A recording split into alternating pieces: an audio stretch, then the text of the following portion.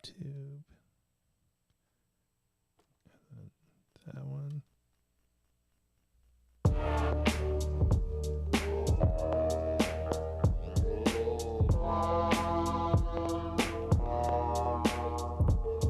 Welcome to Photography Chat with Merlin. Photography Chat with Merlin.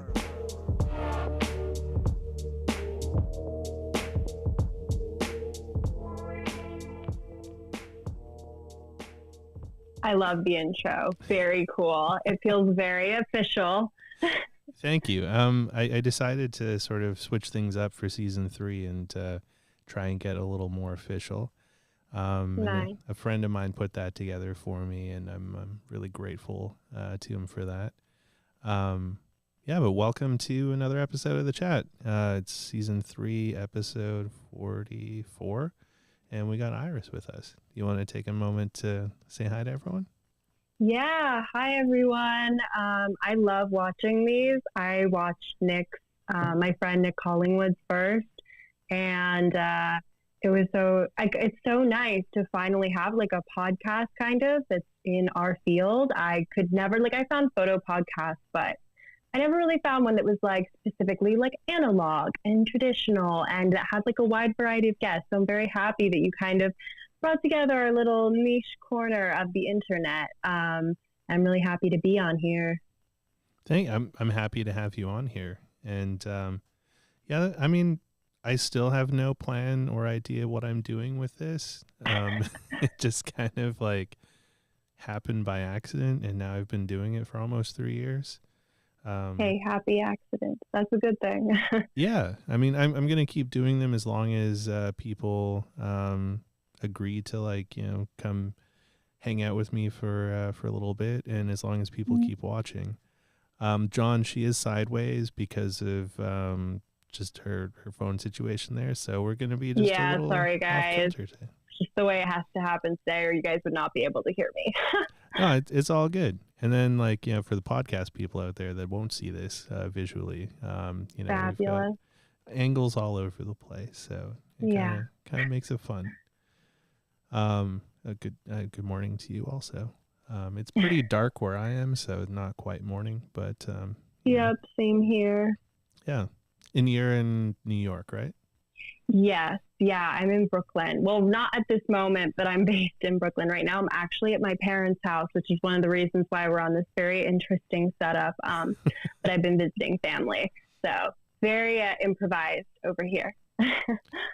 I mean, improvisation is the best sometimes. Yeah. Exactly. Yeah. Plus, I'm just happy I could get on here. I've had a crazy month, so just really happy that I could make time. I'm really glad that you could make it on here. I know we've tried to schedule a couple of times, and I'm happy that we're able to make it work. Yeah, It's been really wild. I moved from New Jersey temporarily to Brooklyn, and it was just crazy. I don't know if anybody's been apartment hunting right now, but my work is in New York, so I have to live there, and it's just absolutely insane trying to find a place right now. So rentals are crazy everywhere. Crazy. Yeah. It is. It's a crisis of sorts for sure. There's a lot of people having trouble with homes and affordability of them and stuff. It's and crazy competitive. Insanely competitive. And some people get really petty too. It's kind of crazy. Yeah, betting wars is crazy. But happy to be here. Glad you're here. So what kind of what got you into photography originally? Well, I left high school super young, and I ended up picking up a lot of hobbies when I was, kind of homeschooling myself. And I had a class and this was a while ago, I had a class at FIT, and it was over a summer program, and FIT is awesome. I've actually taught there more recently. I've done guest speaker stuff for their pre-college program, which is where I started. And I'm super grateful. They have an amazing pre-college department for like younger kind of teenagers, like 13, 14, 15. And so I ended up attending one of their basic digital photographic solutions or something like that. It was just digital, and it was just like, what's aperture? What are f-stops? What does this mean? What's producing these images? Lots of solution-based stuff. And I thought it was fun. I didn't much care for it, to be quite honest, actually. But then we had a photo essay assignment, and I did a photo story about this girl who, you know, over time, she's on trigger warning for like suicidal kind of themes. She's in this bath, and she goes every month, she sits in her bath and she tries to drown herself. And I showed the passage of time through clippings from the New York Times of horrible, you know, tragedies and things that it would be impacting this person's mental health or anyone's mental health. It was kind of a, you know, you could insert kind of anyone in this situation, in this scenario. And then, you know, when there's this big, massive headline that says 100,000 deaths, and she wears it like over her face like a mask, and then like that's like the breaking point, and that's when the photo essay ends. So it's about 10 sequential images, and my teacher was very surprised because, you know, I was like really young. And most kids don't like come up with that as their first photo essay. And I also just wasn't really like that into photography. You know, I didn't have any knowledge of photo history. And a lot of this was kind of, and now later I know a lot of these images were kind of referencing other things that I just hadn't seen yet. And my photo teacher, Curtis Willox, who is amazing. He is one of my closest friends. He's like my family. Kind of was like, hey, I think you should be in photography. And I was like, you know, this is just a hobby. I want to be in fashion because, you know, I was very young and I'd seen The Devil Wears Prada and, you know, all these different medias. And I was very sure that that's what I wanted to do. And he was like, no, just like give it a shot. And so I started, you know, I got really lucky. I got a lot of scholarships to great classes, great workshops. And slowly I just started getting more and more involved with like the photo community. And after, I guess, about a year of studying kind of sporadically, and I just had like a Canon Rebel and one lens, and it was very sweet. I had no lighting. I just was doing like portraiture and like, you know, anything I could find. Like there was a hurricane and I documented that, or whatever was around me. And I started getting really serious. And so I picked up my first 35 millimeter that Curtis gave me. And I just shot one roll of HP5 Ilford on Governor's Island. And that was like the first roll. And I have it like, it's so fresh in my mind, even though this was a while ago. And it was just like, still like kind of very similar actually to like your work, which I love. It's just so like calm and, you know, really uses that like black and white texture. And I just like, I didn't even know I could produce photos like that. I didn't even know you could construct something with so much more than just a flat digital image. And I just was like, okay, this is what I want to do for the rest of my life. I'm obsessed with this. And I just shot 36 exposures, and what could I do with more than that? Like it was like a world opening, which I think is like very common to hear, especially with people who are like in my generation, because I'm Generation Z. You know, people who grew up like in the digital age, where you did have cameras. I mean, our parents all had cameras, but they had the little digital kind of, you know, pixelated Canon or whatever. And so I you know, this is my first time being introduced to film outside of like cinema or like, you know, high art films like Call Me by Your Name or something like that, you know. And yeah, I just, from there, I did basically everything I could to become part of it. I borrowed cameras, and I guess I didn't really start doing, you know, branching out until a little bit later. I kind of just stuck with 35, but that's kind of what got me in. Just like that one roll and realizing just how much more there was to photography that I hadn't even, scratched the surface of. So, yeah. That's really cool. Thank you. I appreciate you sharing that. You made a comment there about being Generation Z and like, being in the digital age and stuff. Yeah. And, what, like, I guess maybe some of the attraction could be because like your generation hasn't grown up with a lot of tangibility of things, because like it's been a lot of like with digital instant gratification, like all that kind of stuff. And so like which part of it, like for film, like for you, drew you into it that was like really different from your prior experiences with things in the world around you before? Yeah. I think that just like in a more general sense, I think there is something very tangible about, loading up a camera and hearing these sounds, the shutter.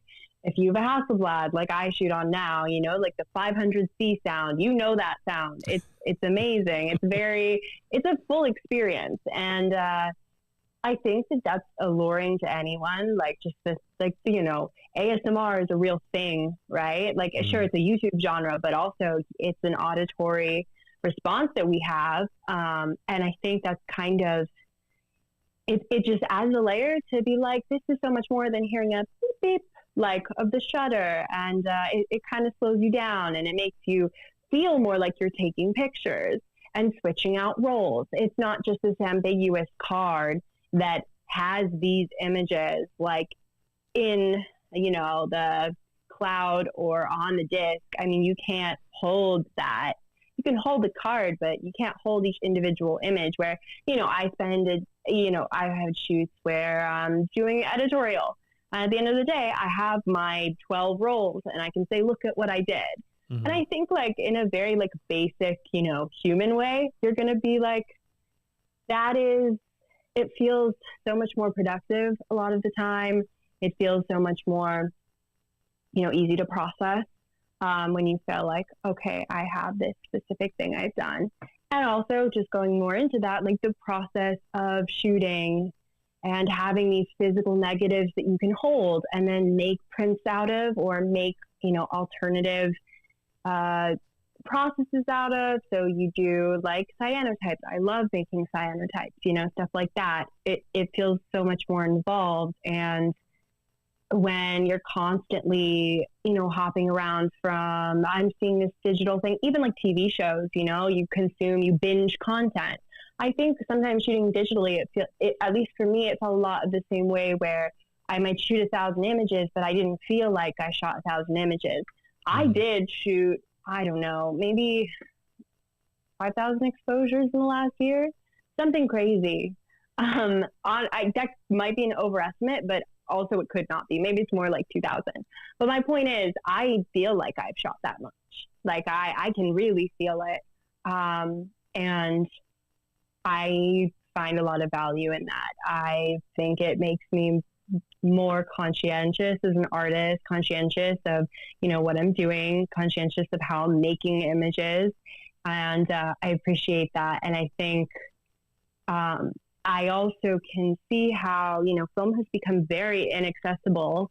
And I'm so grateful. I've gotten amazing grants and I've gotten, amazing scholarships.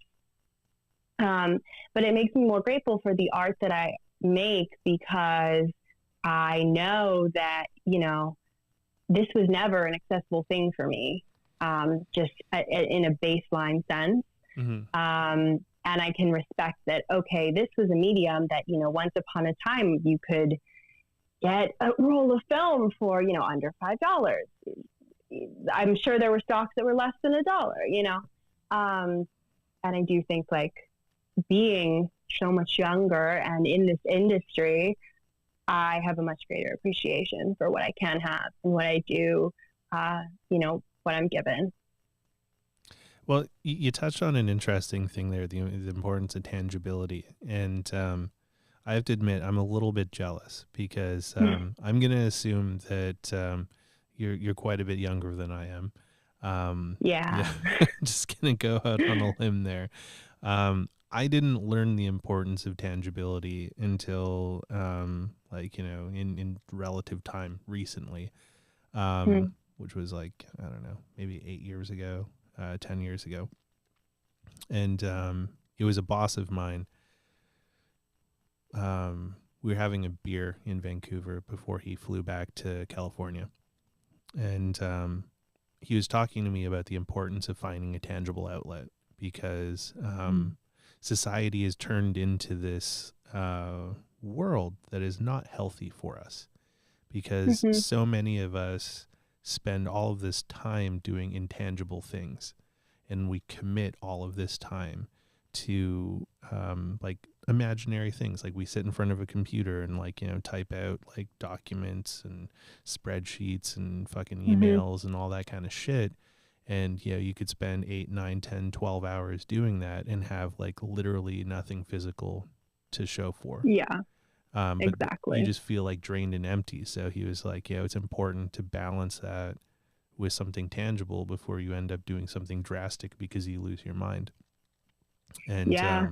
he told me that, and it took another couple of years for that to sort of like just sort of bounce around my head, because I'm not that clever, before I understood what he meant by the tangibility thing. And it wasn't until I started shooting film when I moved to Toronto where I was like, oh, okay, I get this now. Because, like, you know, you go take some shots and you hold the film and you're like, yeah, like, this is what I did. I shot 5 rolls today. But I made this. yeah, it's like, I made this. And then you have the excitement of like, okay, now I'm going to develop it and see if I fuck this up or not. But, you know, before you get there, you're like, you still have the satisfaction of like, I made this on these little things. I put images on them, which is a cool thing. But then there's also the whole ritual of like, you know, what camera am I going to pick today? Like, what kind of mood is it? What film do I want to put in it? And then like loading it and all that. And the ASMR thing is interesting. So I'm like, I'm not a fancy Bronica guy. Or sorry, I'm not a fancy Hasselblad guy. I'm a Bronica guy. No shade to Hasselblad. They're beautiful machines. Love mine, but I get it. Yeah, it's like, you personal know, taste. Well, not so much even personal taste. It's like affordability. Like, yeah, you know, accessibility. Yeah, the Hasselblad is nowadays especially insane. Like, I did not pay for my Hasselblad. I'm very, very lucky. Like, you know, most of my equipment, I'm so lucky to be in New York and be in the photo community. Almost all of it's been donated to me. But that's really amazing. I could never, like, and again, like, that is something I do think a lot about, like, in this community, how if you're not kind of in New York and you have access to all these amazing grants and all these amazing scholarships, it is sometimes very inaccessible in a way. It definitely can be. But also, like, the community is really wonderful for sharing. So it's like, that's how I got my Bronica, was I didn't pay for it. Awesome. I got it given to me by a mentor. But probably a lot like the Hasselblad, that thing has like one of the most satisfying firing noises, because it has like this massive mirror that has to flap around, so you get this like flappy mirror shutter noise that it's just awesome. It's a similar my friends, a lot of them shoot Bronica, and I love, even if like, because I model, even if I'm not the one shooting on a set, just like realizing somebody's shooting analog and then hearing it, I'm like, my people, you know, like, that's mine. That's my thing. It's awesome. It is really cool. And like, there's a lot of like sensory stuff with it too, like depending on what cameras you're choosing. Cause like, you know, different bodies and vintages and things like that have different feels to them, and like sometimes even like smells, depending on like, you know, what condition the, like, you know, leather or vulcanite or like whatever on it is at. And like, it's a really my friends and I used to have a running joke about Polaroid packs, and every time I would open a Polaroid pack I would sniff it. And you gotta see if it's good chemicals. Exactly. Yeah, you can smell if it's fresh, and, you know, if you've got an expired film. That's what I tell them, but they think I'm crazy. But it is a very, like, You're not It's crazy. so physical, not just in the like sounds of the camera, but even the smell and the dark room. You get a lot of smells in the dark room. Even that stuff. It is like very grounding in a way. I think it's like, you know, a lot of people now have trouble connecting with reality. And it's nice to have something so, you know, intense in a way. Like, I think photography can be really intense. And, you know, it's nice to have that as an outlet, like you said earlier about, you know, having a tangible outlet. It's nice that it gets so atmospheric being a photographer and being in traditional. Absolutely. Yeah. JP says 669 baby. That stuff, when you get a good pack of it. Whew, yeah. And then like the rock smell .gif. Yeah. It's definitely like that. When you're around a bunch of Polaroid people and you open one of those up, everyone's like, they can smell what the like bloodhound. Yes. Yep. Yeah, it's interesting. Like there's a lot of different feels, and like, you know, I think that's what I like about it the most is like how visceral it is to create with this medium. Like I still use digital for plenty of things, and I'm not going to say like one's better than the other, and I'll never say that. Like they both have their places. But the thing that I dislike, Old Bellow smell hits different. That definitely is that's got, my Deerdorf has a very unique smell to it.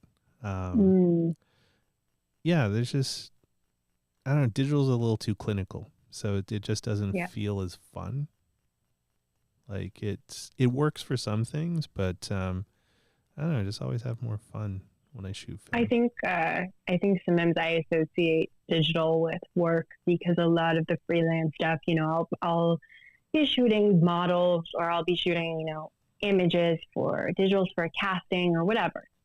And it does, like, I think subconsciously I have a tie between digital means work and film means fun. Even when I'm, you know, I've had projects commissioned where like one of my favorite projects was for a really small band, and I shot the sunrise at Coney Island on Polaroid, and then I shot the sunset from Governor's Island over the Statue of Liberty on Polaroid, and it was for like 2 adjacent album covers for like singles, and you know, and that hasn't come out yet, but something like that where it was a lot of work. I stayed up for 24 hours. I was at Coney Island, 5 a.m. with my Polaroid, freezing cold, but like something like that, it's just so fun because there was so much unknown. Like I was having a blast, and then I got to, you know, place around so much with, I was using SX70, and kind of SX70, especially now, can be really unpredictable, especially with like, you know,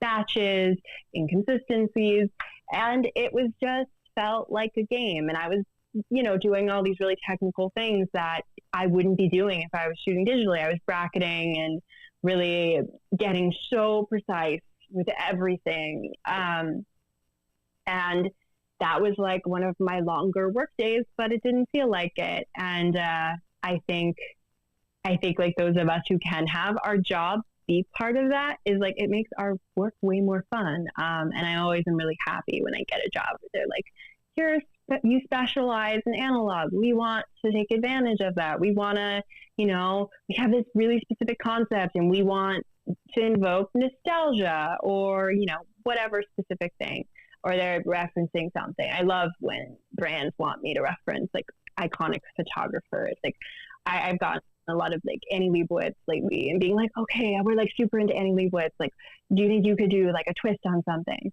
And I think that makes work just so much more enjoyable, so much more fun. And yeah, I'm really lucky.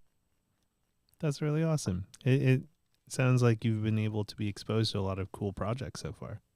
Yeah, I'm really lucky. I hate Instagram, but I love the people I meet here, because a lot of these projects are people who found me on Instagram and found my website and were like, oh my God, I want this for my personal collection.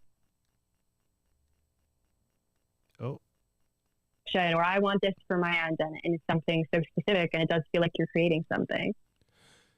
Well, Yeah. I think you hit the nail on the head. I've talked about this kind of thing before on the chat. Is that's the right way to use Instagram, is just for like connecting with people, like using it as a platform to share and like, you know, get all of that kind of traction and shit. That's not really what it's for, but like if you can leverage it to like connect and communicate with like people and have it as a tool, then you're gonna enjoy the experience of it a lot more, and get much more like rich and fruitful connections with people. Like that's, I kind of gave up on the whole like, you know, stacking up followers and getting all of the engagement and shit like a few years back, and I've just used it to like chat with people in the community and connect with them on this. And ever since I started doing that, like, you know, I don't feel shitty about Instagram. It's like a cool tool to do the chat and, you know, keep in touch with my pals and meet new photo pals. Yeah, I hope that I get to that point. I do still like get kind of annoyed with the algorithm, and I know a lot of my like other friends who have much bigger followings than me. We talk about it a lot because it's like it is like the app has really gone down, and it is kind of so frustrating when you're like, I want people to see this project and I have it linked, and if they see the post, they can see the full project, and maybe, you know, they'll be interested in this, we can talk about it. And it does suck that like Instagram as an app has kind of deteriorated. But I'm kind of torn, right? I'm like, oh my God, I want there to be high engagement. I want people to see my stuff. But at the same time, it's like, well, either way, I am getting something out of it. You know, I've met so many people just because of mutuals, and they're like, oh my God, this is so cool. Let's talk about it. And also being a model, you know, they a lot of the time you're expected to have this higher following, or at least if you don't have if you're under 5K or 10K, have good engagement. And that does help you get jobs. So it's kind of like always a back and forth for me, but I'm happy that like a lot of people, it seems like, are kind of moving away from just using Instagram as this kind of superficial like performance. We're all kind of trying, I think, to be a little more realistic and use it in healthier ways, like to connect with people or to share something, or, you know. And I love that they got rid of likes, like you can turn them off. I think that is so smart, and I think they should have done that originally. I think it should be your choice if you want that shown, because brands and clients, they can be so judgmental about analytics when they just see, one part of it. So that makes me happy. I think that's making the mental health side, even something so small as that, making the app easier to be on. Well, I think a big part of the problem with like that whole like analytics algorithm part of it is when you see those people that have like mad followers, how many of them bought that? Like probably a lot of them. And so it's like, I got obsessed for a while to like, I needed to get to 10K because I wanted to be able to share links. That was really it. Because before, like, now anyone can share links, but before you had to be 10K.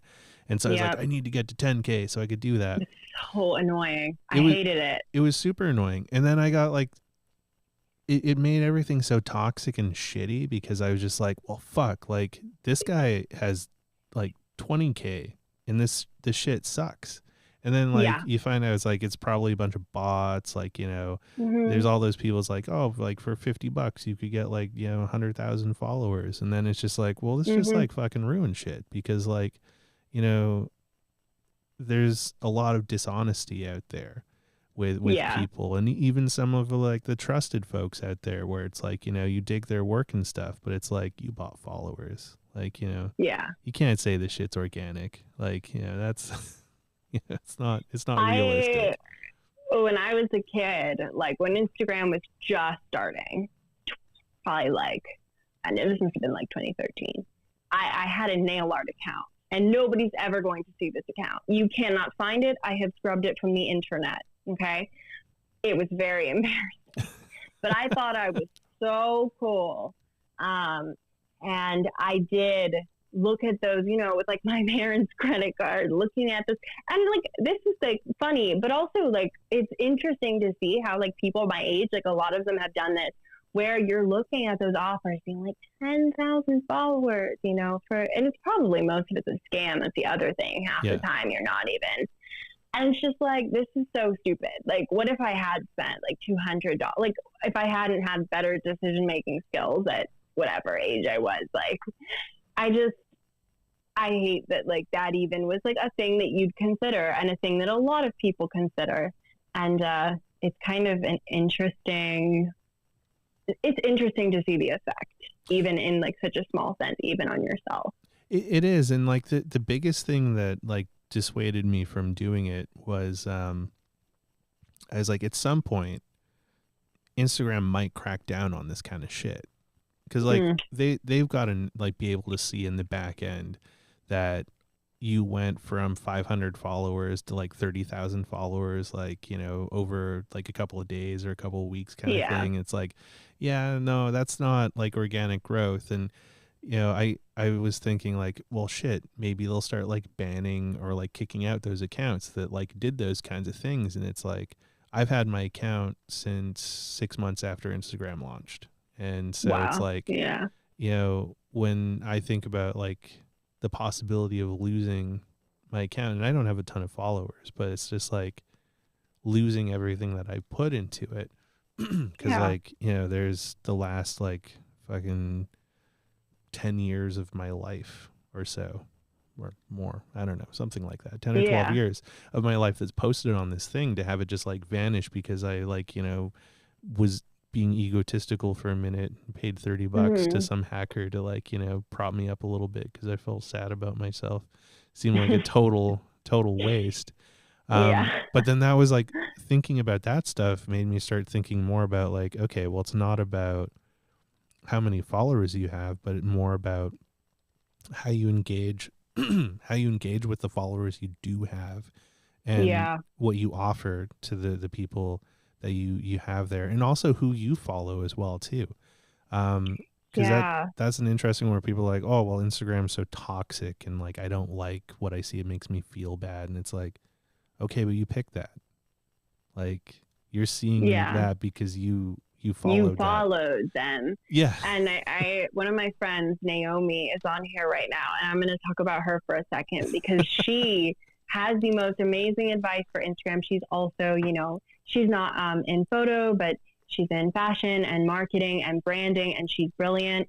And she talks so much just about unfollowing people and muting people. And she encourages her own followers to unfollow if they don't like her content. And I think that is so like refreshing. And I started doing it. Like, sometimes I would notice I just have people like I'm following. I'm like, why am I doing this? I am miserable seeing this. I feel awful about myself, because I've especially like, you know, I modeled from a very young age, and a lot of times I would follow people either who I'd worked with or just, you know, through agencies. And I was like, this makes me feel awful about myself. And I'm not doing anyone any favors by following somebody to make me feel awful about myself. And I would, you know, give anyone who followed me the same advice. Like, if I make you feel bad, don't follow me, please. I think that really changed my perspective. And that's why, like, I used to follow, like, I don't know, 1,500 people. And now I follow like 800. And most of them I know and I'm close with and make me happy to see their content. And when I see it, I'm like, oh, great. My friend just created a great new project. I can't wait to see it. Or my friend's having a gallery opening, or, you know, one of my friends just had a film debut and I got to see the invite. And like, that's what's important. Like, I don't want to see anything else really. So I wanted to shout her out. She's Nazobar on Instagram, and everybody should follow her. Let's give her a round of applause. Awesome. Yeah. Go Naomi. Give her a follow. But yeah, like that's the point, is reframing how you use it and how you interact with it, and making it something good. because it has so much potential to be good, and like the people are like, oh, Instagram's deteriorating, and yeah, it's not for photographers. It never was for photographers. Yeah. And I think that's something that a lot of people forget, is that like when they built Instagram, they didn't give a fuck about photographers. It was just for people to like, check out the food I'm eating, look at my dog, Exactly. I'm in Yeah, Paris.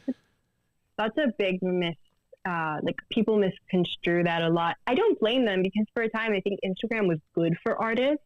It worked. I think there was a brief period, and I would say maybe from the 2016 to 2018 range, I think there were a couple good years where just the algorithm kind of favored you, and I think it was easier to see people you were interested in. Mm-hmm. But again, yeah, like I they're starting Grainery. That's a whole thing. And, Grainery is going to be specifically for like analog photos. And it's like, I think that people forget that, like, Instagram was never for that. So to have that, you're going to have to build something from scratch to really get something that's so catered to, just photo. And I like Grainery. I'm still, waiting for them to come out with their own app and kind of do more beta testing. Mm-hmm. But I think like I like the idea of being like, okay, Instagram wasn't built specifically for us. So if there's a demand for that, let's make an app that is. Yeah. Like I think at the very least the idea and the concept behind that is great. And I'm glad that people are finally realizing like, oh wait, this Instagram was never a photography app. The first people on it were like the Kardashians. Not, and a bunch of analog photographers, and that's okay. No. It this is how it is. The world works in the 2010s. Kardashians were everything. So I think that's a good perspective that I don't hear a lot in our community. A lot of the time people are just like, oh, Instagram isn't for us anymore. Well, so I would have like a different take on that, where it's like, okay, fair enough. The Instagram doesn't favor anymore because they constantly have to, the algorithm doesn't favor anymore because they have to tweak it and update it because like everything has to change a little bit. The thing is though, people just got used to a machine doing work for them. Mm-hmm. And they didn't have to put the work in. All they had to do is post and like throw the right hashtags in there and it's like done. That's it. No more effort. True. And so That's it's like, true. We've all become collectively more lazy because of the technology around us. And it's like, oh my God, I have to put a little bit more work in. This sucks. I want something else. It's like, just shut the fuck up. Put a little bit of extra work in and you can still get a lot of value out of it. Like, this is a lot of work to put this together. And like, I still do it. And, it's worth it for me for what I get out of it. Because it's easy though. That's the thing. That's the magic of Instagram, is that it's fucking easy. You want to post a picture? Okay, you post a picture. The chat would have never happened if it wasn't for how easy it is to go on a live and pull someone into it, because it was easy. Like if I had to do all the regular podcast shit, which I'm doing now, but like if I had to do that 3 years ago when I was on the tail end of a brain injury and all this stuff, I would have never did it because it wasn't easy.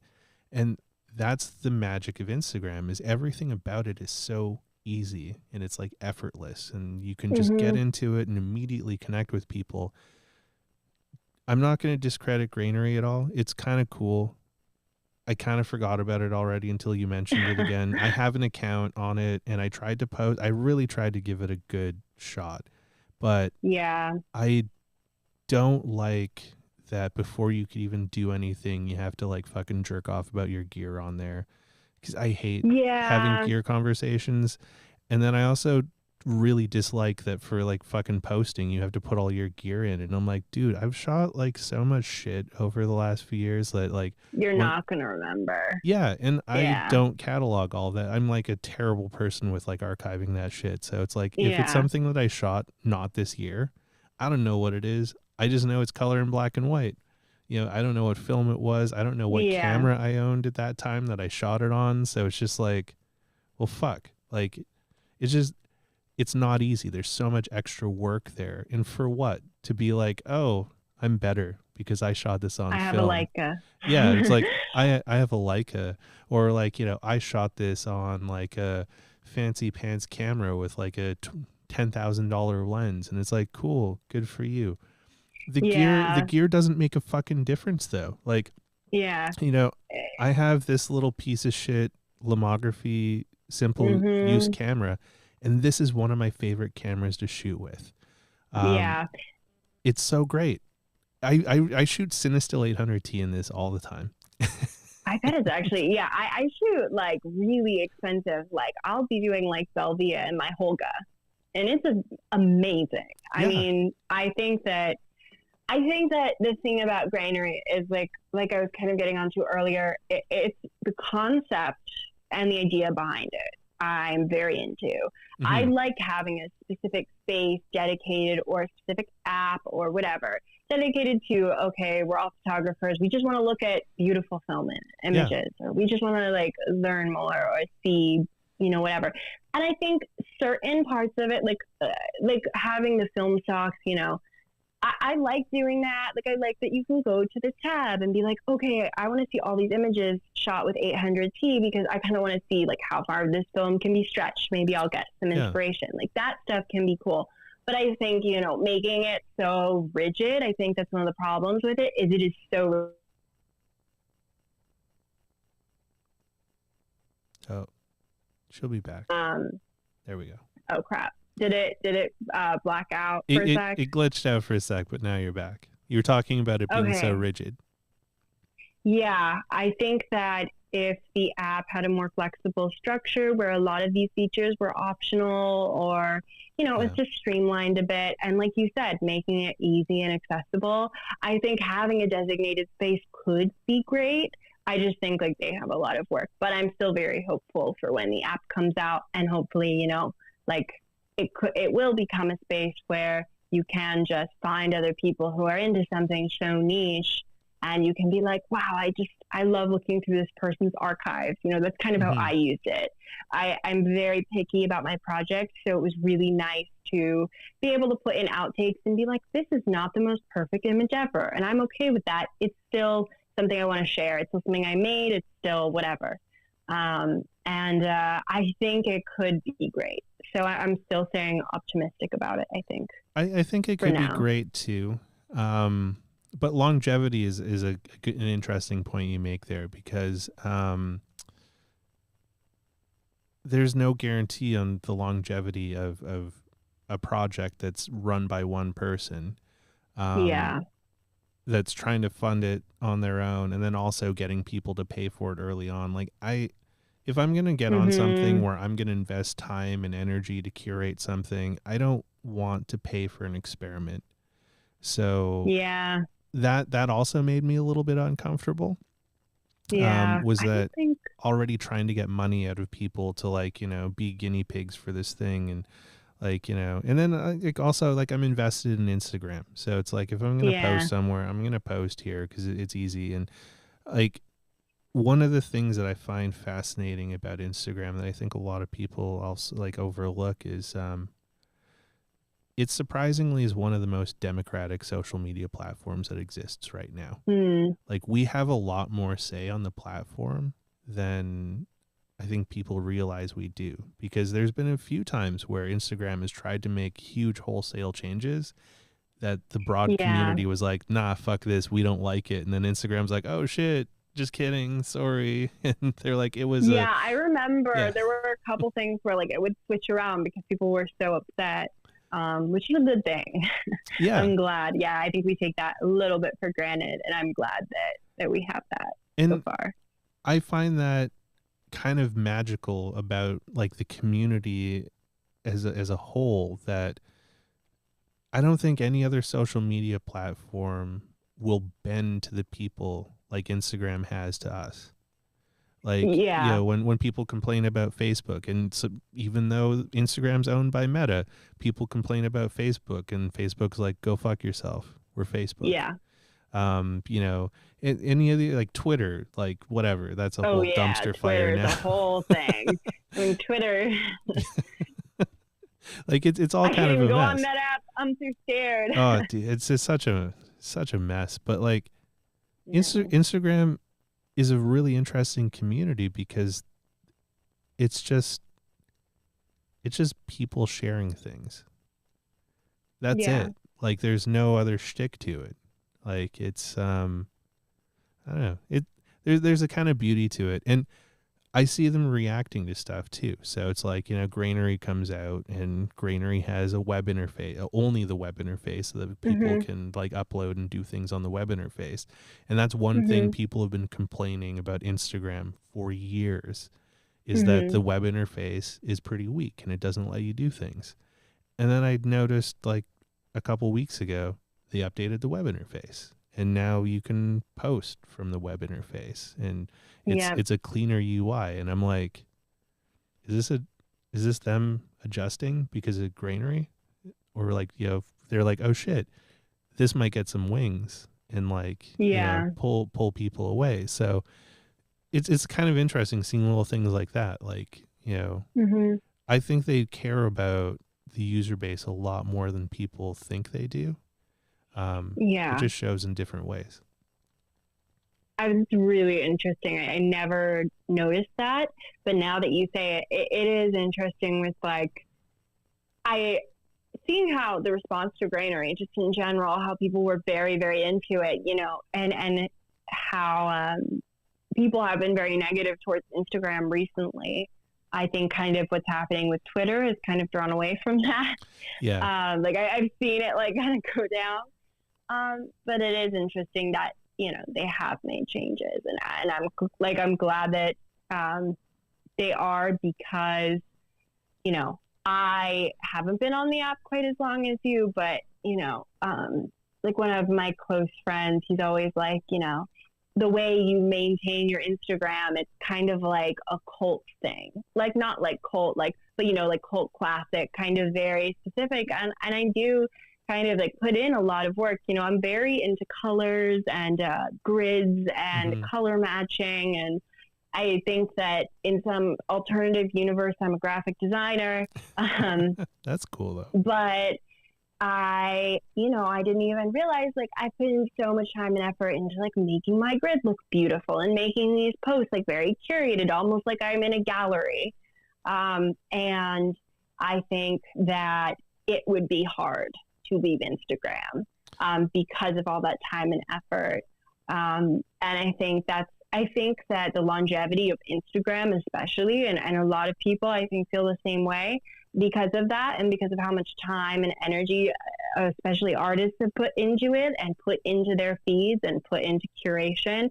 I think that it's going to outlast a lot of things. Let me put it that way. Yeah.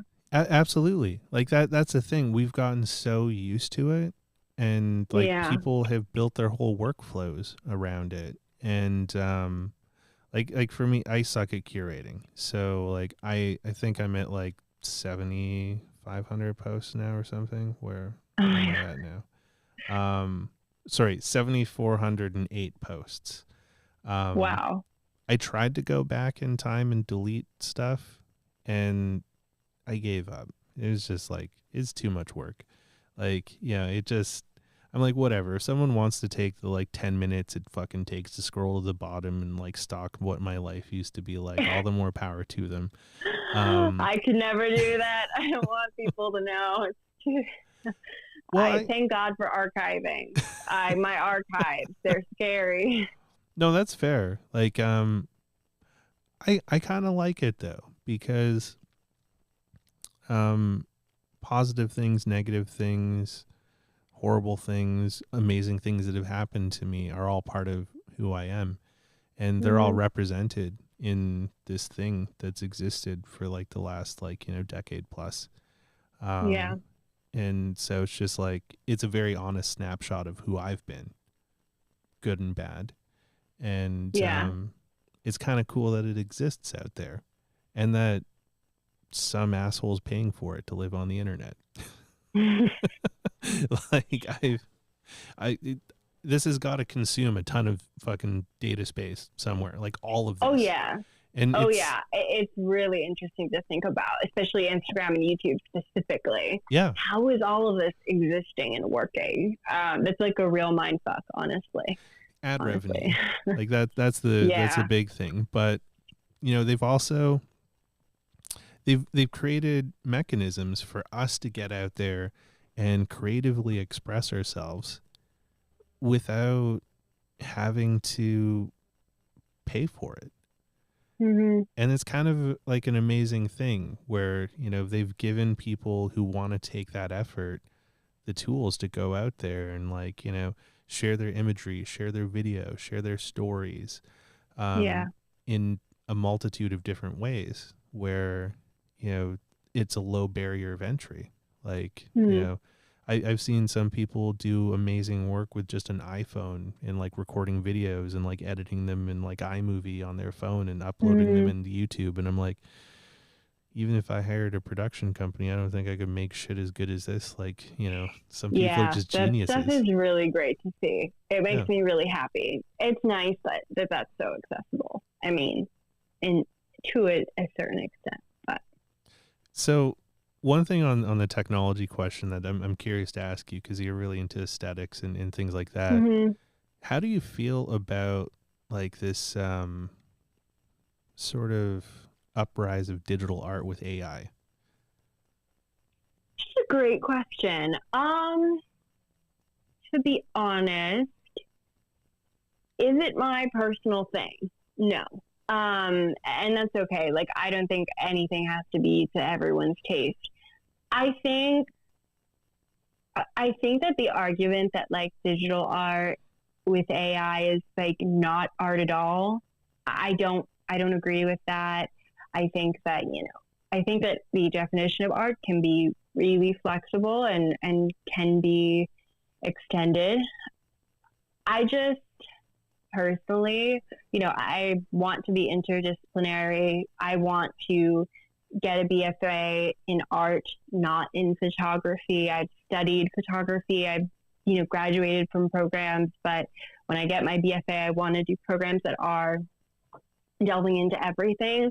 But I do think like I will specifically have trouble getting into something like that, because I'm so, not only because I'm so deeply in analog, but also because if I'm not in analog, I'm drawing and I'm, doing sculpture, and that's what I'm interested in. And I do have a hard time connecting with something like that. Even, something like animation or, something less based in AI, although I guess eventually animation will have AI integrated. Maybe it does now. I don't know enough about it. But my point is like, as somebody who's trying to be interdisciplinary, it is hard to imagine getting into those things even. So does that make sense? It does make sense. Yeah. I was like, you made an interesting point though, where like the people that don't believe it's like art using it. Yeah. I also have to disagree with that too, because you look at like, I'm thinking of him because he passed away recently, but Rodney Graham. Mm-hmm. He was credited for all these brilliant photographs that he never took. He was just the creative behind the photographs, and he would hire photographers to do the photos for him, but he would like set up the scene and do all the creative, and he would be the subject in these photos, but he never pushed a shutter. Like it was always someone else, but they were his photos because it was his creative. So it's like these photographers get no mention, no credit, nothing in these photos because they're his photos. And yeah, it's kind of like when I think about like I've been delving into like the Dali stuff a little bit, which is it's kind of a fascinating tool. But it reminded me of like that kind of thing where it's like you're telling something a creative direction that you want to go, and then it's making it for you. and now you can like import your own photos and stuff into it. So I haven't played with that much yet, but it'd be kind of interesting to take some of like my film photos and like drop them in there and like, you know, make it do some weird shit with them. I think we're gonna have to see where it goes. Yeah. You know, I don't think anything's definitive yet. And I also don't think, I mean, my personal opinion is that there is going to be, you know, another exponential technological kind of shift in the next decade, maybe 20 years, 30 years. Kind of like the boom in the early 2000s and, you know, especially the early 2010s. But I think that probably most of our perceptions of what art is and, you know, how we view the way art is made differently, especially when you're getting computers involved and AI involved, I think that everyone's perspectives on art is going to really change and evolve. And I don't know if it's going to be a good thing or a bad thing, but I think it is interesting to talk about, especially because we don't know quite yet what's going to happen. I mean, we can definitely predict it, and it is pretty clear that there's going to be some exponential change, but we don't know exactly what that's going to look like. And I think it's really interesting, especially since usually I'm talking about it with people who are in traditional processes and in analog photography. So we have already kind of a preset bias. Have we talked about crypto yet? I know nothing about crypto. Don't ask me anything. How do you feel about NFTs? Oh my God, I don't understand them. I keep waiting for some like bro to explain them to me. No, don't ask for that. Don't put that. But I'm scared. Yeah, don't put that energy out there. At the same time. You'll get some like hyped up guy that likes Bro Rogan that'll like fucking bend your ear about crypto for like. I'll be, you know, walking on the Lower East Side, just trying to get to CRC, just innocently, and then, yeah, maybe I shouldn't put that out there, but no, I don't understand NFTs. I can't even say it. And I don't understand the allure. Like I've read the definition online and it makes no sense to me. But you know, people are buying them. There's clearly a consumer demand. I just don't get it. It just is not really my thing so far. But again, who knows? In 10 years, maybe I'll be like, oh my God, look at this new NFT I got. I don't know. I kind of like, I don't understand crypto either. I had a bunch of friends like talk to me about it, like when it was like in its baby states, like fucking 10 plus years ago. And they're like, check out my miner. And I'm like, whatever, nerd. And then like, you know, they made a shit ton of money off of it. I'm like, fuck, maybe I should have listened to those guys. NFTs are like an add-on to something that's already fucked. Like, crypto's kind of fucked right now. People are losing tons of money on it, and they're like, "Hey, I saw that. I know that. Yeah. Yeah, and they're like, "Hey, how can we like take this thing that everyone knows is bad now, but like have the same thing but make it different so people start spending money on it again? Oh, let's call it NFTs, and then we'll sell art. Repackaged a little. It's just like more shit and kind of douchey. Like there's like a fucking new gallery here in Vancouver that opened up that's like a virtual NFT gallery, and it's just a bunch of TV screens. And I'm sure there's something like that on the Lower East Side right now. Oh, probably.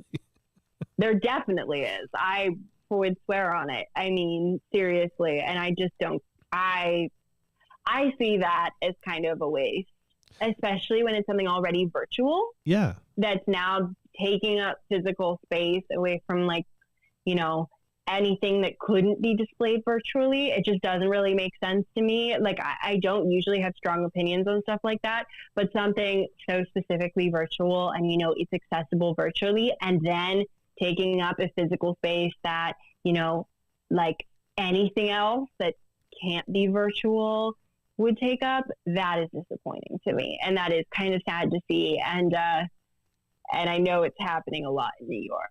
And just in general, like, this city is kind of a mess right now.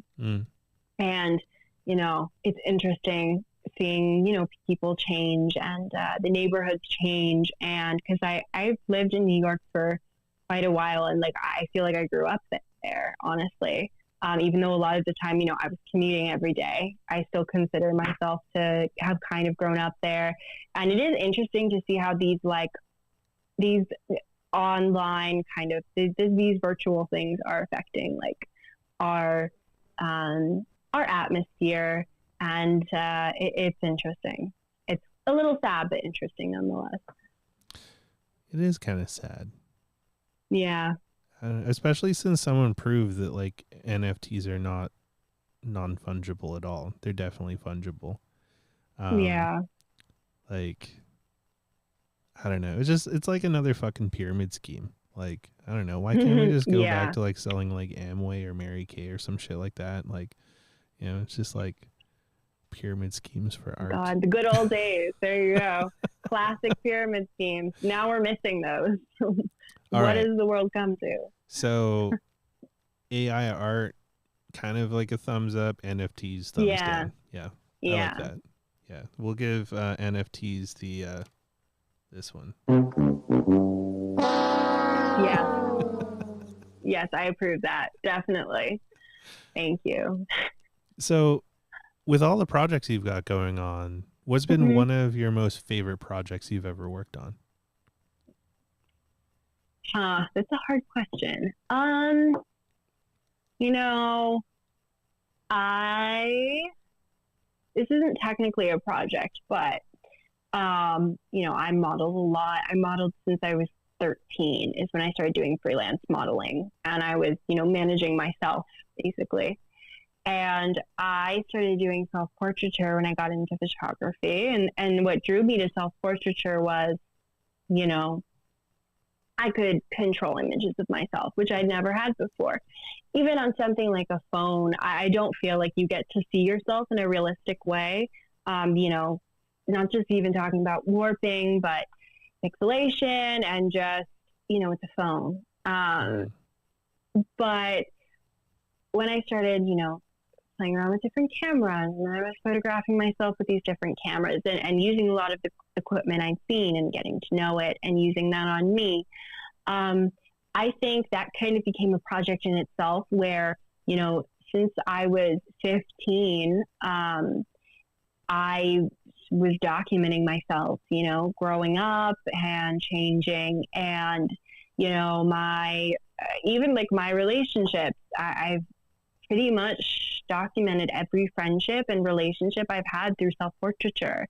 And a lot of my images are archived and will never be shown, maybe at least not for the next 20 years, because I get so personal with it. And even though, you know, my self-portraiture has been a million different little projects, I kind of see it as like one huge ongoing project, because at the end of the day, the subject is still the same thing. And even with, you know, I mix a lot of theatrical stuff into some of my more like small series. So I have like Juliet and Juliet, which is about this like fictional night with your lover, and it's very dreamy, and it pulls a lot of cinematic stuff. But the thing is, it even though it is acting, and the project wasn't with somebody I was dating, it was with one of my amazing friends, Ripley. You should follow her. But a lot of it was reflections of, you know, what I wanted out of a relationship, how I wanted something to look at that time, or how I saw, you know, media and what I wanted media to look like. And I think if you're going to be the subject in your photos, it's still going to, you know, really change the perspective. And I think there's a thread between all of those projects, you know, however many, maybe hundreds. Who knows at this point? I photograph so much, and I have photographed so much. Mm-hmm. But I think I'd say like that is my biggest and favorite project. And I don't think I'll ever stop it, you know. Even like the other day, I was just, you know, humming along to myself. I guess I was maybe like showering or something. And I got this whole idea for this self-portrait mixed with a nursery rhyme. And it's just stuff like that where it's like, I you get to see the evolution of my perspective on myself, on, all these different things. And it's really interesting. And I like hearing people's responses to it as well. I'll show them like self-portraits from, like multiple years jacked up against each other. And it's interesting to hear commentary on those and hear how other people perceive me from how I perceive me. It's a very, I don't want to say meta, but it's very, it's a very specific experience, but I do think that's kind of the most important project for me, especially because of the life events I've been through and the experiences I've had. And I think that, without self-portraiture, if I'd never gone down that route, I would not have I don't want to say success, but in a way, yes.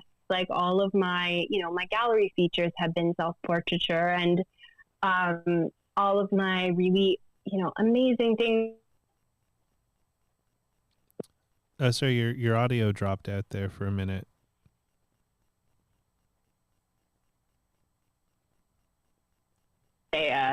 Somebody connected, one of my friends connected to my phone. I'm back. Sorry about that. We lost you gallery. Your self-portraiture got you in galleries. Okay.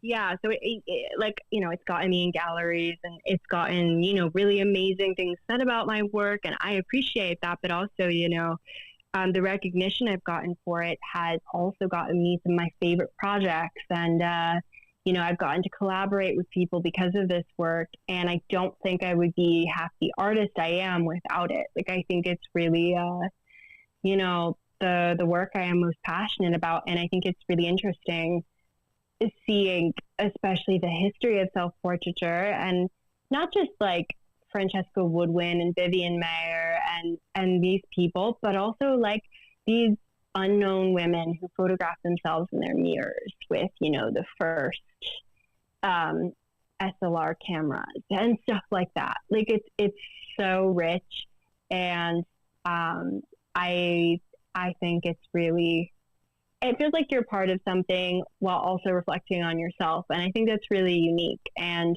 I think especially, other models that I know who have had similar experiences and who've gone to self-portraiture, I think there's something very therapeutic about photographing yourself and, having this control over images of yourself. And I think it's a really unique part of photography.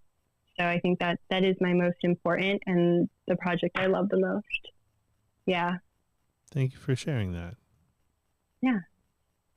Yeah, it's I can feel the whole thing of like having photos that you've made that like won't see the light of day for most people. Yeah. I've got a ton of projects like that where it's just like it's stuff I'm really proud of and I really dig, but it's either not the right time or it was too personal between me and another person where it was just like I don't want to put that out in the world because it's not for the world. It was just for like, me and that person kind of thing. Yeah. And then stuff that just feels like too personal for me too. But it's cool to have that work because like maybe one day, Exactly. And I don't regret making any of my work, especially my self-portraiture work, even with people who, I didn't end up with, or it didn't turn out well in a friendship or, etc. I think that work has been personally the most important for me. I think actually my best images are ones that are probably never going to be seen or won't be seen for a long time because, a lot of the time, like I think that our best work is connected to passion and, connecting to other people. And I think it's a really interesting topic, images that, aren't seen or aren't made to be seen. Yeah. I think that's really fascinating. It is really fascinating because like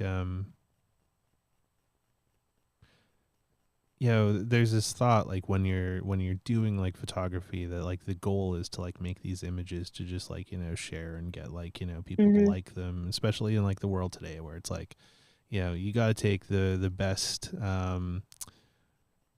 photo of a gas station on Cinestill so you can get the most likes on the internet. Yeah.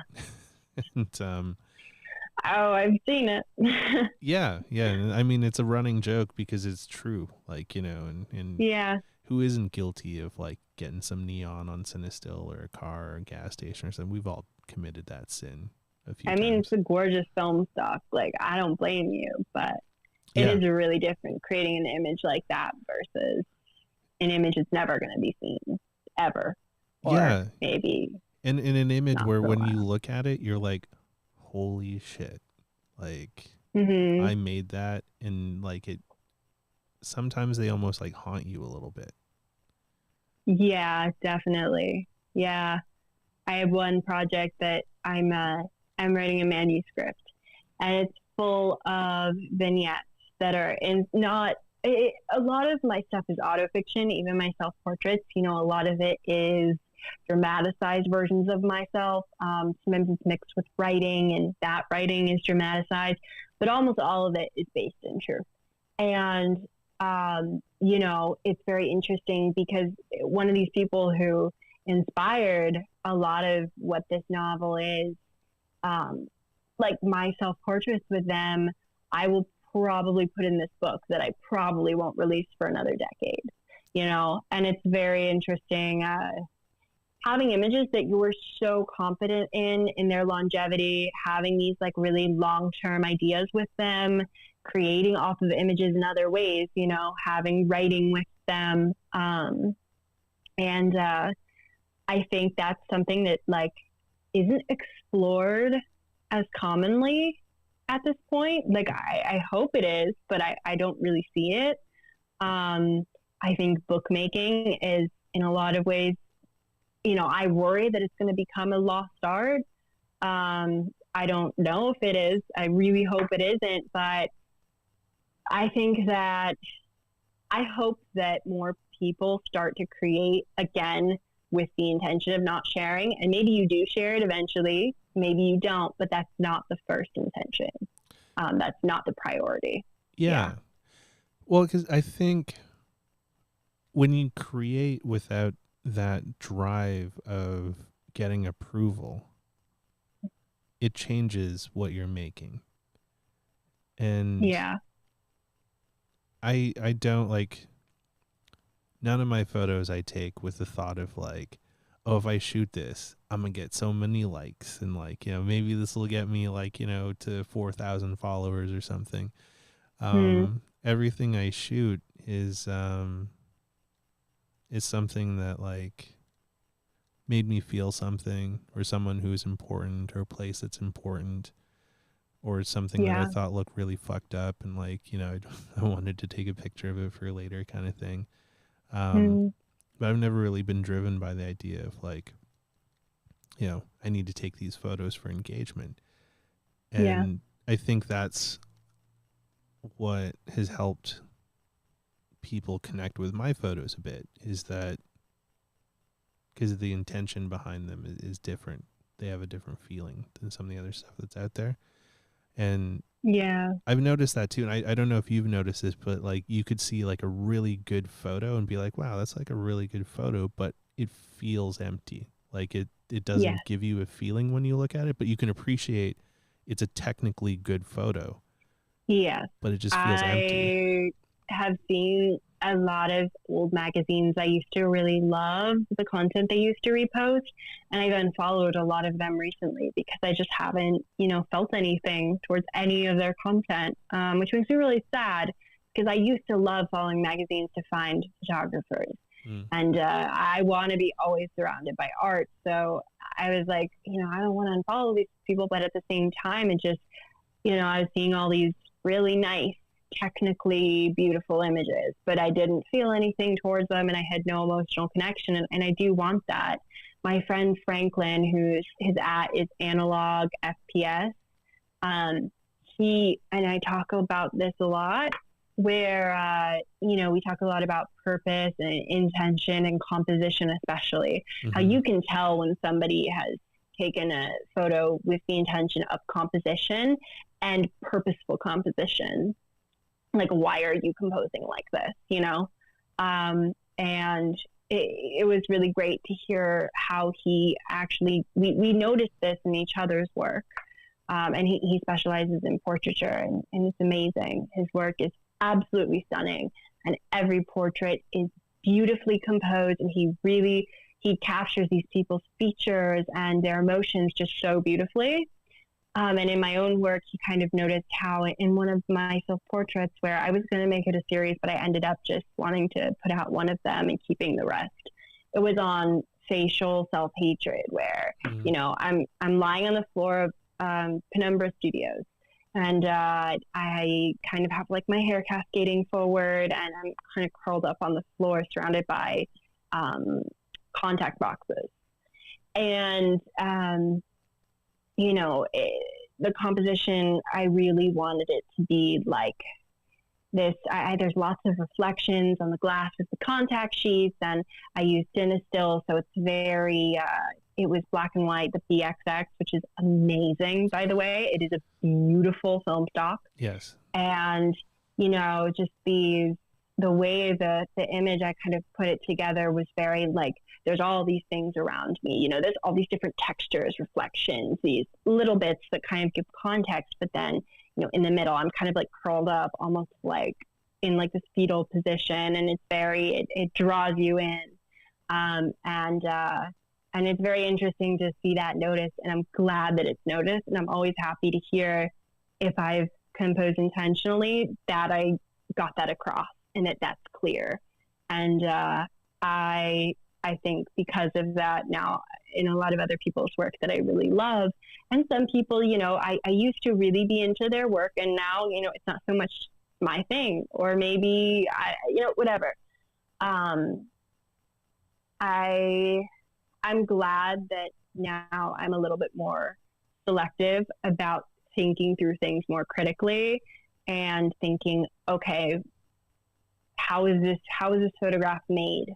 And then how was this photograph composed? And was it composed purposefully? I think there's a lot you can get out of that. And I don't think I always did that either. There's a lot of projects where I look back and I go, I just didn't care. Mm-hmm. I just wanted to photograph that moment, and I regret it. Even though it's a fine photograph, I wish, that I'd been more intentional. That's fair. Yeah, intention makes a huge difference. It makes all the difference. It really does. And also, Double X is one of my favorite films. It is beautiful. The first time I used it, I was like, I can't shoot anything else. It was 120 in my Hasselblad, and it was just like incredible. Tri-X used to be my favorite, and Cinestill changed me. I keep telling everyone I meet who's like a Kodak head, I'm like, you have to try Cinestill though. That's like one of my kind of fixations lately is like, I'm very, very into film stock, especially because I'm so into aesthetics. I was at a portfolio review, and I think I talked the guy's ear off about the Fuji Pro 400H. But, I think, being purposeful with a film stock can also make the world of difference. And it's harder right now because it's, our industry is very saturated. Yeah. And not many new stocks coming out. And, Fuji is kind of closing down some of their stuff, and it's just like kind of a mess right now with pricing. But I still think like I would rather spend $15 on the right stock than $5 on the wrong one. And I can do that, so I'm lucky. But I think there's something to be said about, being selective. I think it's really interesting, or at least knowing film stocks really well and knowing how to use them. So if you can't afford that $15 stock, okay, well, how can I use what I have to my best advantage? And how can I kind of, use this to its fullest extent, even when you're getting into developing?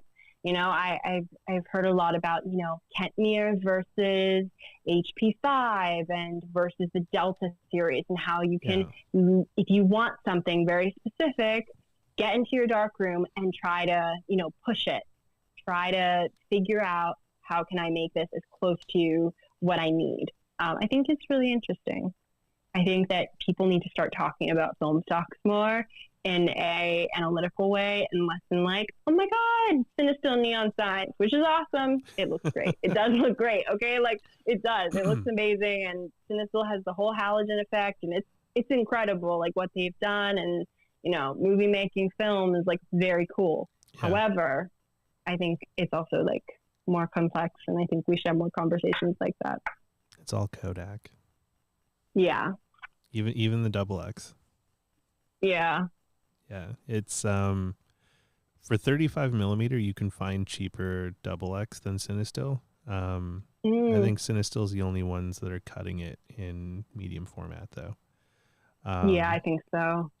Because I tried to find some, like, there's a lot of, I think that people forget, like, there's a lot of dupes, and there's a lot of, like, corners you can cut, but there are a few film stocks where I'm just like, you can't find it anywhere else, and I need it. No, you can't. Like, the camera store that I used to use in Toronto a lot, Downtown Camera, they were doing their own rolls of Eastman XX, which is what Cinestill XX is. And they were like $8 cheaper than Cinestill. So it adds up after time. But yeah, it's such a nice film. If you like that one, another one that you should try is Ferrania P30. Never heard of it. It's an Italian film. It's merciless. But if you nail your exposure, it rewards you with some of the most beautiful contrasty photos you'll ever see, because it apparently is like the highest silver content film that exists. So it has like the most silver. I bet it's gorgeous. It's so gorgeous. Yeah. Like the first roll of it that I shot, I thought I fucked it all up because it came out dark and a little muddy. And I thought my exposure was right. Like, cause like it was just how I shot like other 80 ISO black and white films. But then I took a look at them again and I was like, fuck, like these are actually really good. Like you get all this interesting detail in the darks.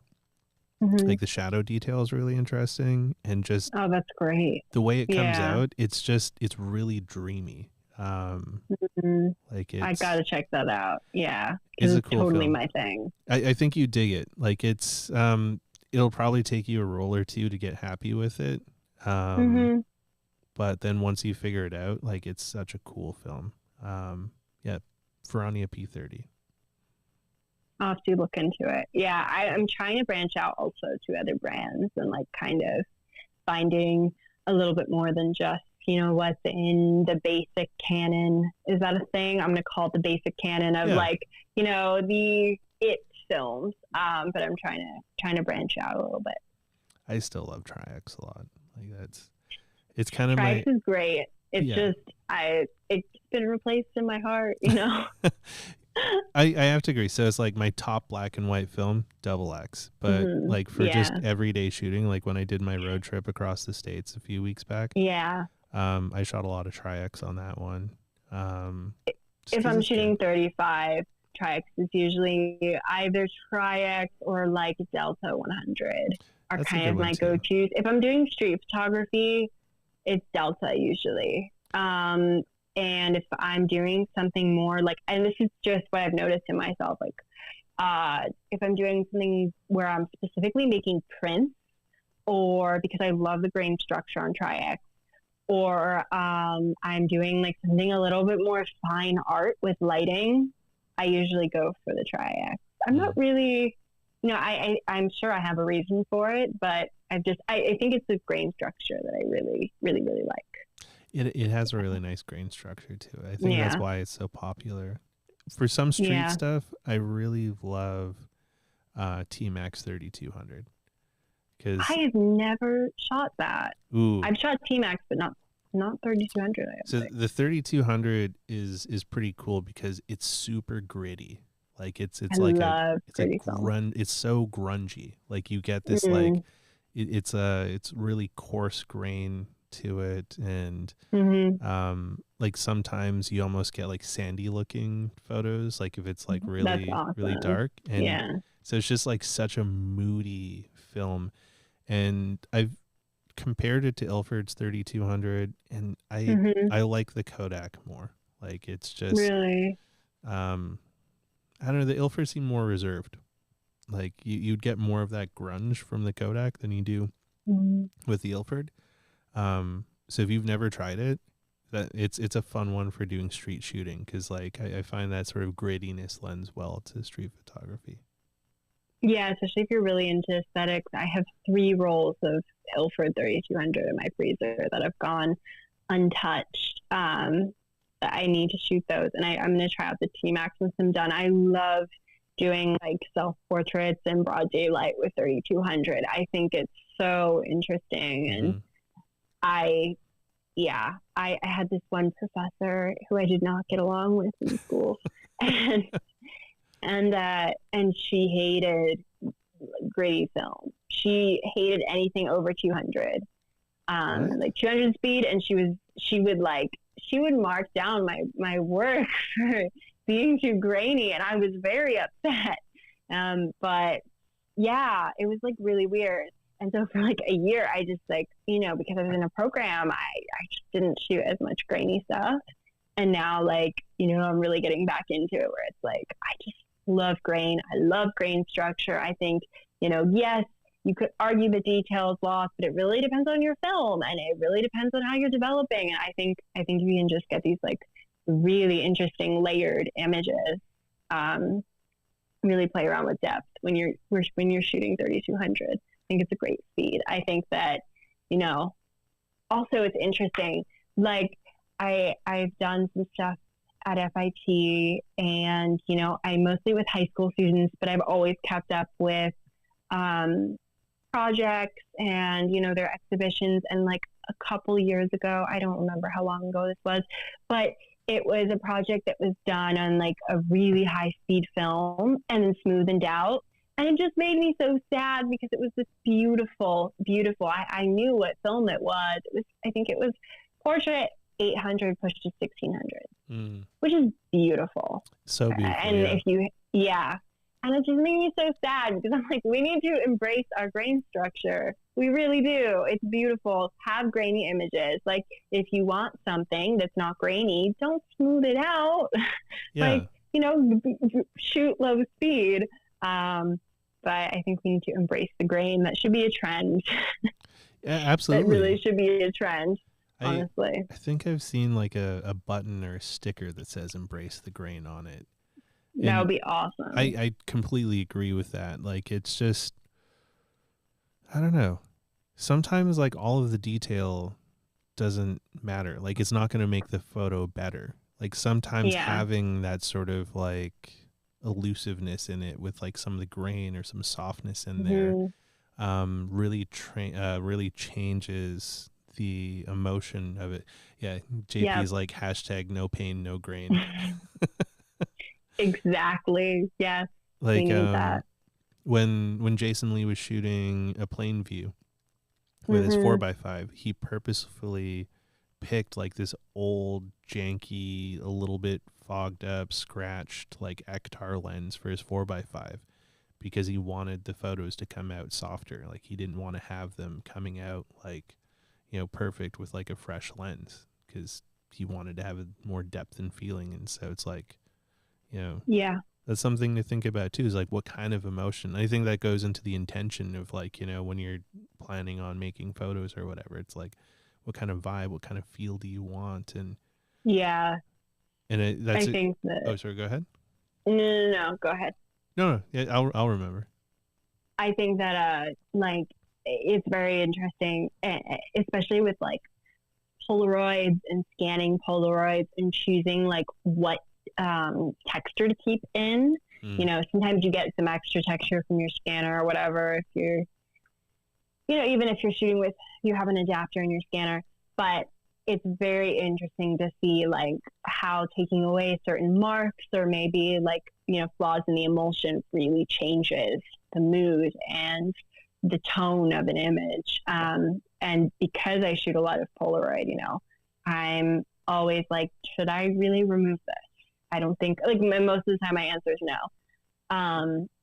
Unless it's like a very big technical flaw that's kind of ruining the image, which I can't really recall of anything recent that I've kind of said that, but I'm sure it could happen.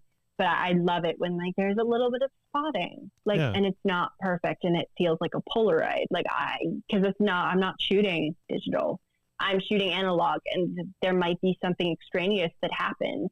And I think it's really interesting, like deciding, making those decisions and kind of playing with tone and mood and thinking, how is that going to influence like the atmosphere of this image?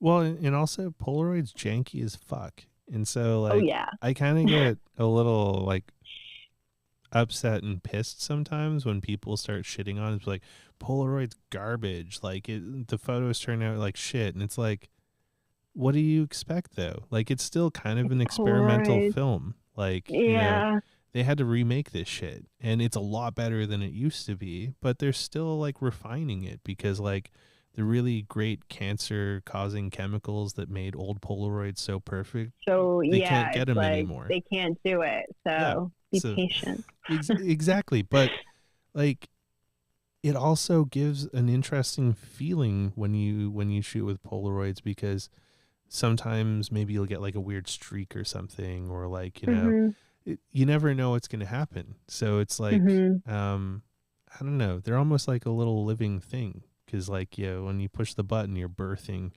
an image out of it. Like a little adventure, definitely. Yeah, it is a little adventure. And it's like, you know, is it too cold? Is it too hot for it? Did you like let it see too much sun before you tucked it away somewhere while it's developing? Like, there's so many different variables that can affect the end result. And then scanning is a whole nother thing, which reminds me, I still have to give away a camera dactyl scanner. So, you know, or scanning plate. I have not forgotten about it. I just suck at life lately. So stay tuned, people. I will be probably posting something next week on that one. We'll do like a raffle or some shit. Yeah. Excited for that. It's cool. Like he gave me one and it changed my life with scanning.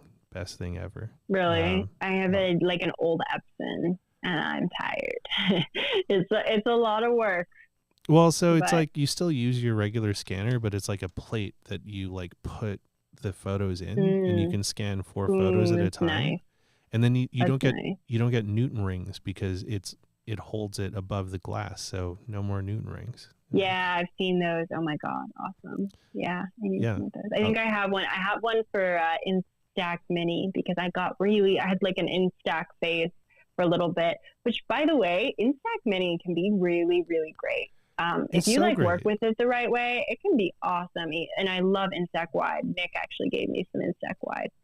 Thank God for Nick. But I think that those scanner adapters, like, they're just to die for. They need to make an Instax Wide one. Actually, that's my one thing I haven't been able to find. I think he does. If you check out the check out the Camera Dactyl website. And Camera Dactyl. I got mine through Brooklyn Film. Yeah. They make so Camera Dactyl makes them for Brooklyn Film Camera. I'll have to double check. Yeah.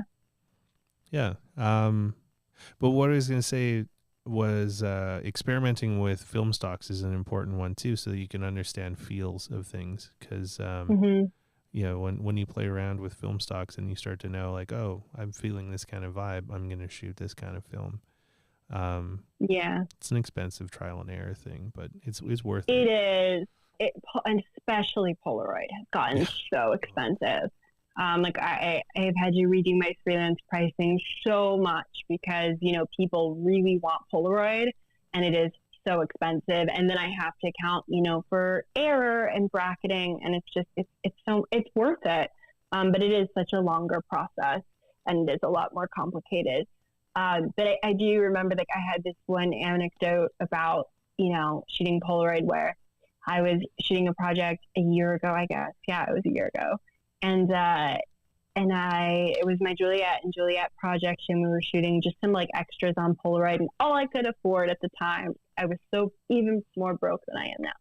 I had this one pack of Polaroid that I could afford, and we shot like the 8 images, and we were like the entire thing was like we were up against this wall in the East Village, and we were like handing off our cigarettes, and it was like a metaphor for intimacy, and we like were trying to get the flash to work, and the flash on the SX70 wasn't working, and I was just like laughing so hard, and then the flash all of a sudden after like 30 seconds goes off and the picture takes, and it's the only photo I have of myself in my entire life laughing. Oh, I've awesome. never had a photo of myself laughing at mine, because I'm so self-conscious, you know, growing up in front of a camera. And I just think like Polaroid in that way, like, yes, is it a pain in the ass? Absolutely. Sometimes it is. And sometimes you're just like, God, I'm doing everything right, and I'm still, my rollers I clean them and they're just making everything look weird, and what am I doing wrong? But at the same time, sometimes you get those happy accidents with Polaroid, and it's just like, I'll have this forever, and this is just that image that, you know, I'll never, you know, forget I have. And it's like a very, I know people are mad at Polaroid right now, but it's a really important medium, I think. I think it's a really important part of analog. Yeah. Well, and, like, I'm glad they exist so that we can still shoot these cameras that like technically should be garbage right now. Like, you know, if Florian didn't step up and save all this shit, like, you know, I wouldn't be here right now, because Polaroid was a big part of how this all happened. If you want to cut costs down, though, one thing I did that's helped me like make Polaroid a little bit more affordable is shooting I-type in all of my cameras. So I bought like a battery pack for my SLR 680s. And then when you buy in 5 packs, you get a cheaper rate. So it's like, I've done that. Buying in bulk, and then it's like you got to stack up a little bit. So, yeah. And then you get the points. So it's like, I think if if you buy like 2 5-packs, you get like 20,000 points or something, which like. Oh, I did not know about the points. I don't think I have an account. I should get an account. Sign up for an account, because like every time you get like a certain amount, they give you like a discount code for like, you know, 10, 25 bucks, something like that. And so like I've stacked up those codes to pay up for a bunch of stuff too. And like that's, I need to do this. This is like the most helpful stuff. Yeah, this is the stuff we need. Yeah, well, and so it's like, if you want to get into Polaroid photography, the best place to buy the film is straight from Polaroid.com. Like, I always have said that to like the kids who are into, you know, wanting to get into Polaroid. I'm always like, just buy it directly from Polaroid. They don't have the markup. Well, there isn't the markup, and you're always going to get the freshest shit. And the points program is really good. And like if you're shooting SX70 cameras, you know, look at getting it converted to 600, or even just using ND filters. And then like the Reservoir battery pack, I think they're like $150 or something like that. So it's like you have to invest a little bit, but then it starts being like super cheap because you just buy like the I-type stuff, and you know that it's more than $5 off a pack when you start buying it in bulk, because like it's already cheaper because it doesn't have a battery. Like I think it's almost like $7 or $8 less a pack. Wow. Yeah, it's a huge difference. I'm always so particular because I do like that the SX70 specifically has the lower ASA, and that is nice. Like the look is just stunning. But sometimes for freelance work, or just I'm trying to make it more accessible, something like that would be really great. Like there's some specific images where I'm like, it has to be like very, you know, very low grain. Well, I mean, not grain, but very low speed. But a lot of the time, I think I might invest in that, actually. Well, I think like depending on who you get it to modify it, you can actually get a switch put in, so you can flip back and forth between 600 and 100. So like you Nice. can still use like a SX70 film, no problem, and then Yeah, like flip exactly. over to use I-type. So it's I don't know, it's worked That's really good exactly for what I me. need. Yeah, Polaroid's fun, but a lot of money. Yeah. That's kind of like, I think actually, that's a lie. Before I got into 35, I did shoot a little bit of Polaroid, and I got one of those one step plus cameras. I totally forgot about that. And I did self portraits on there as well. And that was really fun. Those like one step cameras they're a little cheesy, like, but they're actually they're pretty cool, especially when you have the app and you have everything in manual. And I think it can be really interesting. That was a good intro. I think that like having a fully manual Polaroid camera like that, where you have like Bluetooth connection, and you can kind of manipulate it. I think that was really probably good for me as a student to kind of. They're a really underrated camera. Like, yeah, it's a lot of people shit on it because it's plastic and it's cheesy, and they're like, whatever, it's a garbage camera. But I love my One Step Plus. Like, I did a book when I was in quarantine that was shot mostly with that camera, because I was all by myself in my house and didn't have like anyone else that could take my pictures. So I used the app a ton on it, and it's a great little camera, like excellent starter camera. It really is. It's kind of really impressive, honestly, with like all the Bluetooth stuff. Yeah. Yeah. I just hated the fucking focus switch, because I would ruin photos all the time because I'd forget to flip the focus switch. Yep.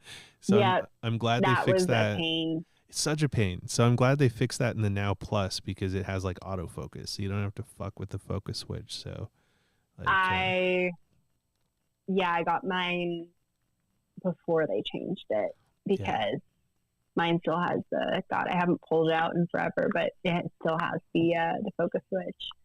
Yeah.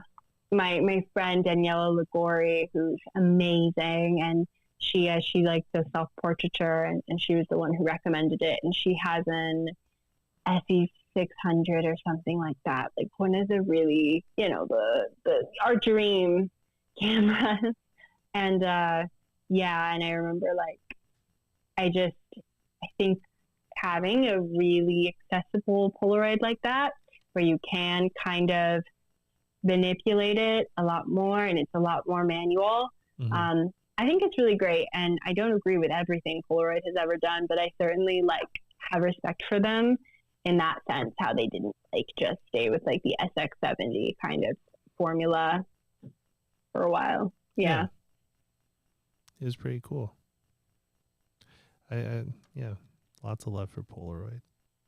Yeah, awesome. Honestly, instant film just needs all the love, because there's so much to explore there. It does. I'm a huge fan of instant film. Like, I've been part of the Instant Film Society for a while, and have lots of homies in the Polaroid world. So it's something that's near and dear to me. Yeah, I will never ever part with my SX70. That camera is just insane. I'm very into the technology behind it. Like, I just think it's so interesting how it works, and the autofocus is just like one of the most amazing things. And I think like a lot of the time, like I get the question, what's your favorite camera? And I'm never going to be able to narrow it down to one, but I would say the SX70 is probably one of my, in my top 5, like, of all time. Because it is just so unique, and it's kind of fascinating. It's amazing.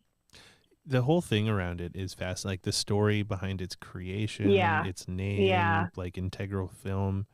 The sonar autofocus is interesting too. That's what I have. Yeah, I have the sonar, and it's just out of this world. Well, yeah. So the sonar autofocus on your camera is derived from military technology, which is kind of a wild thing. Amazing.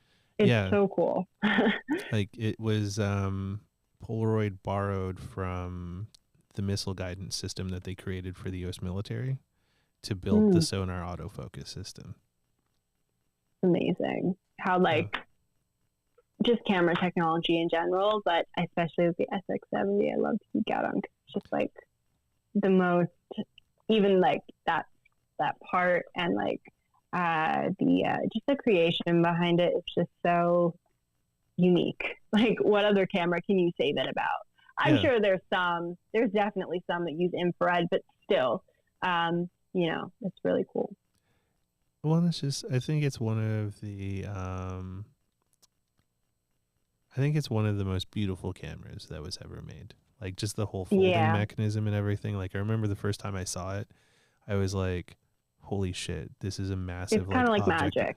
It is magic. And like, you know, I was crossing the border to go pick up some film because I get it shipped to like an American mailbox. And, oh my God, that's amazing. The guy was like, what's that thing in your back seat? I'm like, it's a camera. He's like, no, it's not. And I'm like, that's a camera, sir. Like, he's like, I promise. Yeah. And he's like, no, it's not. So it's like, I grabbed it and I opened it up and he's like, holy shit. And I'm like, yeah, it's a camera. Yeah, I love showing it to people whenever like I bring it. A lot of the time I bring it like with students, and I'll be like, okay, guys, I know you've never shot analog before, but and then I'll do the whole thing. I'll be like, pop it up. And they're like, wow, like, that's so amazing. And it is. Like, it's so nice that you have, like, even with, like, such a simple, you know, it's a pretty simple camera. I mean, it's very easy to understand the technology behind it. But just, like, it's so magical. Like, it's so fun. And it's, yeah, I always say, like, you know, that's one of the cameras I'm most passionate about. I love that thing. I do, too. It's a really beautiful camera. I appreciate you hanging out with me tonight. That's awesome. Yeah. We talked about a lot of different things, which I think was fun. I hope you had a good time. No, I did. We covered like so many topics. Oh my God. We did the whole history. We did Polaroid, NFTs. I mean, we got everything here. Yeah. We got a bit of everything. I think it's a happy place to put a pin in it. Yeah, I can sign off. Yeah. Was there anything you wanted to share with everyone before we have the outro music? No, I don't think so. I'm just happy, you know, everyone came and saw us talk about things. I'm very grateful. Also, my gallery opening is May 2023. Oh. Just a little promo. It's in Paris, so I'm not sure if anybody here is in Paris, but if you are, stop by. I'm going to have, like, you know, an RSVP up on my Instagram next spring, but I know it's kind of far in advance, but I just want to talk about it. Yeah, just keep an eye out for that. That's upcoming. That's really freaking cool. My guest week after next is in Paris, so, you know, maybe you link up with her. She does some cool work, and I might be in London in May next year. So depending on when your thing is, stop by. You know, the train is like 2 hours now. I don't know. They have a bullet train, I think. So yeah, I heard that. Stop by. Yeah, we'll have to check that out. Well, it's exciting. Great gallery. Well, very exciting. Yeah. Everyone, stay tuned to hear more about her gallery opening for next year. And thanks everyone for tuning in. I'm gonna have Mr. Mocha walk us out here. Thank you again for hanging out with me, and everyone for tuning in. It was, as always, a lot of fun. Next week, I'm going to have Matthew Burt on here, also known as Notorious Film on the Instagram. So tune in to hang out with us there. And then the week after that, I'm going to have Marianne Freed on, who is in Paris currently. So, yeah. Fabulous. Thanks everyone for hanging out. Thank you guys. Thanks for everyone who came by. Bye guys. Stay safe out there. Take care.